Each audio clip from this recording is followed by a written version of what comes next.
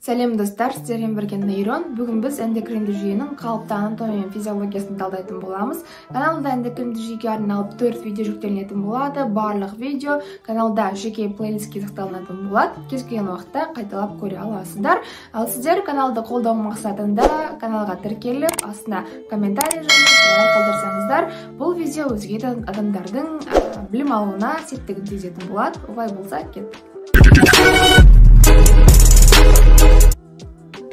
Эндокринді жүйе бірінші бөлім кіріспе және де гипоталамус, гипофиз бездерін толық талдайтын боламыз.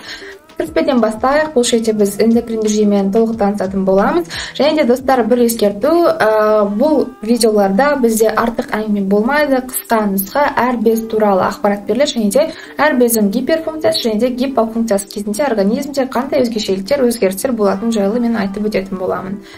Ең бірінші, эндокринді жүйе нерв жүйесімен бірігіп, барлық органдар мен жүйелердің қызметін басқарып, және де бағдарлап, бағыттап отырады.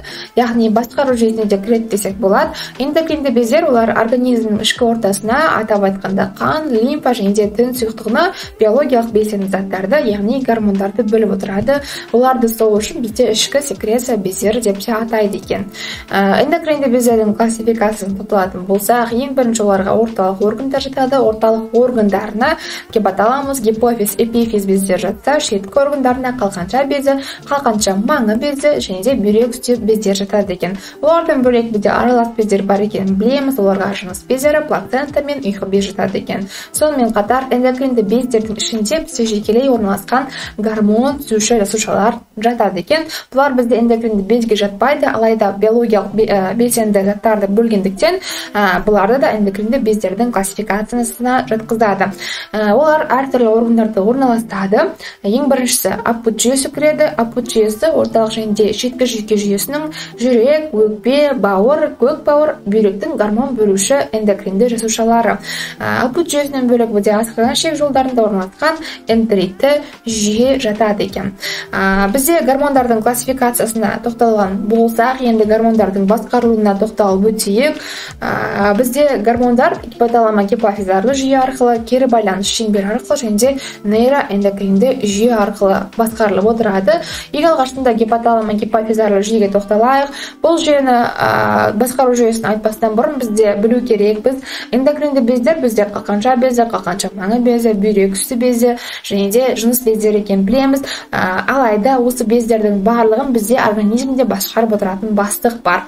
Ол бастық бізде гипофиз деп аталады. Және де егер де гипофиздің тропты гормондар бөлінетін болса, қалған бездердің жаңағы атап өткен бездердің жұмысы атқару жоғарылайды. Егер тропты гормондар төмен бөлінетін болса, опять-таки ол бездердің де жұмыс атқаруы төмендейді. Алайда бізде тағы бір ескеретін нәрсе, бұл гипофиз деген бастықты басқаратын тағы бір бастық бар, ол гипоталамус. Гипоталамус, мәселен бізде әкім гипофиз болса, гипоталамус президент деген секілді ғой. Гипоталамус либерин гормондарын бөлу арқылы гипофизді басқарып отырады. Егер либериндер бөлінетін болса гипоталамустан, гипофизден тропты гормондардың бөлінуі жоғарылайды. Егер статиндер болатын болса, тропты гормондардың бөлінуі төмендейді, яғни тежеледі. Енді жеге тоқталып өтетін болсақ, мына жерде бізде эндокринді без деп жазып қойдық. Эндокринді безге біз мәселен қалқанша безін алайық. Қалған бездерге тиіспейіп, қалқанша безін аламыз, бірақ та схемада барлық бездерде қазір көрсететін мысал секілді жүзеге асырылатын болады бұл басқару жүйесі. Бізде, допустим, гипоталамустан либериндер бөлінді, либериндер гипофиздің тропты гормондарын, тиротропты гормондарын активтеді. Тиротропты гормондар эндокринді без, яғни қалқанша безіне әсер етті. Қалқанша безі Т3-4 гормондарын қанға көптеп бөлді. Қан арқылы Т3-4 гормондардың саны жасушаларына барып, өз қызметтерін атқарады. Зат алмасу жүйесіне қатысады дегендей, и так далее өз қызметін атқарады. Егер де гипоталамустан либериндер емес, статиндер бөлінетін болатын болса, ол кезде бізде гипофизға әсер етіп, тиротропты гормондардың бөлінуі тежеледі, эндокринді жүйеге сигнал барады, ол шектеліп, Т3-4 гормондарының бөлінуі тежеліп, нысана жасушаларына сигнал барып, ол жерде, то есть нысана жасушаларына қан арқылы Т3-4 гормондары деңгейі төмен барып, ол жерде қызметі бәсеңделеді. Эндокринді бездерге деген мәселемізді бүйрек үсті безінің қыртысты қабатын алсақ та, опять-таки сол система гипоталамустан либериндер мен немесе статиндер бөлінеді, жаңағы АКТГ-ның деңгейі төменделеді немесе жоғарылайды, ол тура солай жасушасына сигнал болып барады. Келесі жүйе бізде, то есть бір ескертетін нәрсе, бізде бір исключение бар. Кез келген жерде исключение бар. То же самое бұл басқару жүйесінде де бағынатын және де бағынбайтын бездер бар. Гипоталамус гипофизарлық жүйеге тәуелді, яғни бағынатын бездерге оларға тропты гормондары бар бездер жатады. Логично. Тропты гормондары бар бездер бар, тропты гормондары жоқ бездер бар. Егер де гипоталамус гипофиздан, то есть гипофиздан бізде тропты гормондары бөлінетін бездер, оларға бізде қалқанша бездер, бүйрек безінің қыртысты қабаты және жыныс бездер жатады. Осы бездер гипофиз жүйесімен басқарылады. Гипофиз басқаратын гипоталамус болғандықтан, егер де гипофиздің тропты гормондары жоқ болатын болса, гипоталамусқа да бұл жүйе бағынбайды. Ал бағынатын, то есть гипоталамус гипофизарлық жүйеге тәуелді емес, яғни бағынбайтын бездерге бізде қалқанша маңы безі, бүйрек үсті безінің милы қабаты, ұйқы без және де эпифиз безі жатады. Ұйқы безді осы жерде біз басқарылуын айтып кететін болсақ, ұйқы безді бізде қандағы глюкозаның деңгейімен ұйқы безінің гормон бөлінуі реттеліп отырады. Егер де глюкоза қанның құрамында жоғарылайтын болса, оны тежеу үшін бізде бәсеңдету үшін инсулин бөлінеді. Егер де глюкоза қанның құрамында төмен болатын болса, оны жоғарылату үшін бізде глюкагон бөлінетін болады. Осы есте болсын. Келесі бізде кері байланыс шеңбері. Оған мысал ретінде біз тағы да қалқанша безін алсақ болады. Егер де қалқанша безінің гормондары 3 пен 4 гормоны бізде қанның құрамында көп болатын болса, онда гипофизға сигнал барады. Гипофиздан бізде тропты гормондардың бөлінуі төменделеді, тежеледі, және де эндокринді безге бізде сигнал барып, қанның құрамындағы 3 пен 4-тің деңгейі төмендейді. Себебі эндокринді без, қалқанша безі гормон бөлінуін төмендетеді. Бұл бізде қысқа петля деп аталады, яғни қысқа жол. Бұл система бізде гипоталамусқа барса ұзақ жол болады. Олай да жасауға болады. Бізде қалқанша безінің жаңағы 3 пен 4 гормондары егер қанның құрамында төмен болатын болса, тоже гипоталамусқа сигнал барады, гипоталамустан либеринер бөлінеді, ол гипофизға тиреотропты гормондардың бөлінуі жоғарылайды, ол эндокринді безге әсер етіп, ол жерде жаңағы 3 пен 4-тің бөлінуі жоғарылап, қанға кіріп, ол жерде бізде 3 пен 4-тің гормоны деңгейі нормализация етеді. Тура осы система басқа тропты жаңағы гормондары бар бездерге тоже әсер етеді. Келесі бізде нейросекреторлы басқарылу, ол бізде симпатикалық және парасимпатикалық жүйелер арқылы жүзеге асырылатын болады. Енді біз бездерге жететін болсақ, гипоталамус ол топографиясы аралық мида орналасады. Суретте көріп тұрмыз. Гипоталамустың қызметі бізде ол гомеостазға жауап береді, нерв жүйесіне гуморальды басқару жүйелерін бағыттап отырады. Жаңа айтқан болатынбыз. Гипоталамус резинг гормондарын бөледі, нейросекреторлы жасушалардан бөлінеді олар. Оларға статиндер және де либериндер деп айтқан болатынбыз. Статиндер ол гипофизден бөлінетін тропты гормондардың бөлінуін тоқтатса, нәтижесінде либериндер гипофизден бөлінетін тропты гормондардың бөлінуін жоғарылатады екен. Келесі бізде гипофиз латынша атауы гландула питуитария.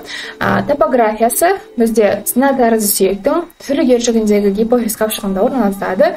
Жоғары жағында ер тоқымның көкетімен жабылған және де гипоталамус пен құйғыш арқылы жалғасады. Гипофиздің құрылысы 3 бөлімнен тұрады. Ол аденогипофиз алдыңғы бөлігі, меланогипофиз аралық бөлігі және де нейрогипофиз артқы бөлімі. Біз көріп тұрмыз суреттен. Аденогипофиз, нейрогипофиз және де аралық бөлімі, интермедия, яғни меланогипофиз. Аденогипофиздің гормондары, жеке тоқталамыз қазір барлық гормонға. Оларға соматотропин, яғни СТГ, ол өсу гормоны. Оның қызметі көмір алмасуына, май алмасуына, белок алмасуына қатысады. Гипосекрециясы гипопитуитаризм деп аталады, немесе гипофизарлы нанизм, каликовость, яғни адамдардың бойы өсуі тежеледі. Гиперсекрециясы кезінде гиперпитуитаризм алыптылық болады, немесе гигантизм. Пролактин, ол лютеин деуші гормон. Пролактиннің қызметтері ол сүт бездерінің өсуін стимулдейді және де сүт бөлінуіне қатысады. Лютеин деуші гормон болса, оның қызметтері овуляцияны шақырады және де прогестерон бөлінуіне қатысады. Фолликул стимулдеуші гормон, оның қызметтері фолликулдердің пісіп жетілуіне, эстрогеннің бөлінуіне және де сперматогенезге қатысады екен. Ал АКТГ, яғни адренокортикотропты гормон, оның қызметтері бүйрек үсті безінің қыртысты қабатының қызметін реттейді және бізде меланогипофиздің гормондары. Меланогипофиздің гормондарына меланин стимулдеуші гормон немесе жай ғана меланин. Оның қызметтері тері мен шашқа түс береді және де торлық қабатқа әсер етіп, қараңғыда көруге бейімдейді екен. Келесі бізде меланогипофиздің гормоны ол липотропин, өз бар жоғы 2 гормоны бар. Липотропиннің қызметі майдың майдың шығуына қатады, яғни мобилизация.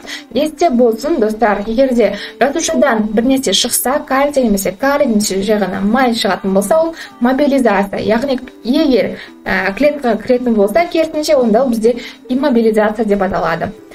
Келесі бізде нейрогипофиздің гормондары, оларға окситоцин мен вазопрессин жатады. Бірақ та есте болу керек, окситоцин мен вазопрессин нейрогипофизде сақталады демесек, олар бізде гипоталамустың нейросекреторлы жасушаларынан бөлінеді екен. Олар жаңағы нейрогипофизға келіп, онда сақталады. Келесі бізде окситоциннің қызметтері лактацияны стимулдейді, жастардың жиырылуын стимулдейді, зәр бөлуіне қатысады, ана мен баланың арасында қарым-қатынастың құралуына қатысады және де адамның психоэмоционалдық жағдайына әсер етіп, есте сақтау қабілетіне әсер етеді. Айтатын болсақ, есте сақтау қабілетін төмендетеді екен. Окситоциннің гипосекрециясы болатын болса, бізде родовая деятельность төмендейді және де лактация төмендейді екен. Келесі гормон бізде АДГ, вазопрессин, өзгеше атауы оның қызметі нефронның извитой каналдарында және жинаушы жүйелеріндегі судың сіңірілуіне қатысады. Егер де АДГ төмен бөлінетін болса, бізде қантсыз диабет болады екен, яғни суточный моча теориясы көбейеді. Достар, осы бізде эндокрин жүйенің бірінші бөлімі аяқталды. Назарларыңызға рахмет. Видео ұнаса комментарий жазып, каналға тіркеліп, видеоға лайк басуды ұмытпаңыздар. Келесі көріскенше.